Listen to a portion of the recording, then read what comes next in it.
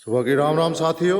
आप देखिए स्वर्ग लग रहा है कि नहीं लग रहा है। आप ऑलमोस्ट 5:30 और बताना चाहूँगा कहीं मैं अब्रोड यानी विदेश लाइफ में था। उनके यहाँ मैं नियुक्त हुआ था, भारतीय परिवार था।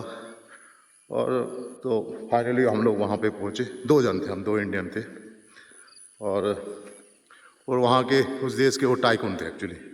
टाइकून मीन खुद के अपने जहाज़ वगैरह, काफ़ी पैसे वाले, खुद का एयरपोर्ट भी था उनका। और जैसे हम लोग 4-5 दिन जाने के बाद उनका कहीं नए बिजनेस का शुभारंभ था और हमें भी इनवाइट किया हुआ था। तो उनके नए बिजनेस के लिए हम लोग भी गए, जहाँ पे ओपनिंग सेरेमनी थी। मुझे अच्छा देखकर ये लगा कि वो उसकी वाइफ थी, गणपति जी का मूर्ति, और वह अन्य पूरा भारतीयत्व के हिसाब से जैसे यहाँ पूजा पद्धति होती है उस तरह से उन्होंने पूजा वगैरह की। और उसके बाद 15 अगस्त आ रहा था और उनके घर में 15 अगस्त का सेलिब्रेशन था, गेट टुगेदर दिन के टाइम में। तो हमें भी इनविटेशन था, तो हम लोग भी उनके घर में गए। तो वहाँ पे जो पाया मैंने, मैं स्तब्ध था, अचंभित था वास्तव में। क्योंकि 4 पीढ़ियाँ उनकी मतलब इंडिया से, और कईयों ने तो भारत तो आए भी नहीं, लेकिन हमारी संस्कृति को, हमारी परंपराओं को उन्होंने, बुजुर्गों ने जो संस्कार दिए थे, जिंदा रखा हुआ है। ये हजारों परिवार हैं विदेशों में हमारे भारतीय, जो जिन्होंने हमारी भारतीयता को जिंदा रखा हुआ है।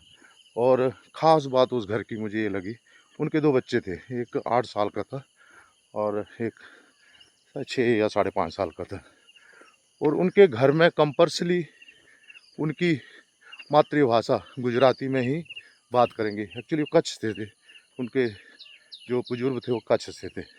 और उन्होंने जो शादियाँ वगैरह की हैं वो अपने परिवारों में, आई मीन अपनी इसमें गुजराती समाज में। और घर में कंपल्सरी और छोटे से बड़े से लेके वो अपनी भाषा में ही, मातृभाषा में ही बात करते थे और करते।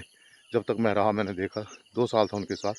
तो उनके बच्चे भी, जैसे एक तो इंग्लिश मीडियम में पढ़ता था, एक फ्रेंच में पढ़ता था, फिर भी वो भारतीय भाषा जैसे हिंदी और गुजराती तो मतलब उन्होंने बोलनी उनकी मदर टंग। तो ये देख के मुझे तो इतनी खुशी हुई और इतना मैं मतलब भावुक हो गया। झंडा लहराना था उनके घर में 15 अगस्त का गेट टुगेदर करके। तो भारतीय खाने के साथ साथ वो पूरे भारतीय गाने, पहली बात देशभक्ति के हर कुछ गाना। तो बात साथियों, हम विश्व के किसी भी कोने में रहें, लेकिन अपनी भारतीय माँ के प्रति प्रेम और देश का जज्बा होना चाहिए। मैं उन लाखों करोड़ों भारतीयों को कोटि कोटि प्रणाम करता हूँ या नमन करता हूँ, जो विदेशों में रहकर भी, तो कईयों ने तब तक भारत भी नहीं देखा है, फिर भी अपनी भारत माँ से प्यार करते हैं। और कुछ जाहिल जो भारत में हैं, जो हमारे सुरक्षा बलों या इंडियन आर्मी, जो निष्ठावान इंडियन आर्मी, जो हमारे लिए दिन रात सरहदों पर खड़े हैं, हमारे लिए मर मिटने के लिए, उनको गालियाँ निकालते हैं। तो साथियों, जय हिंद, जय भारत।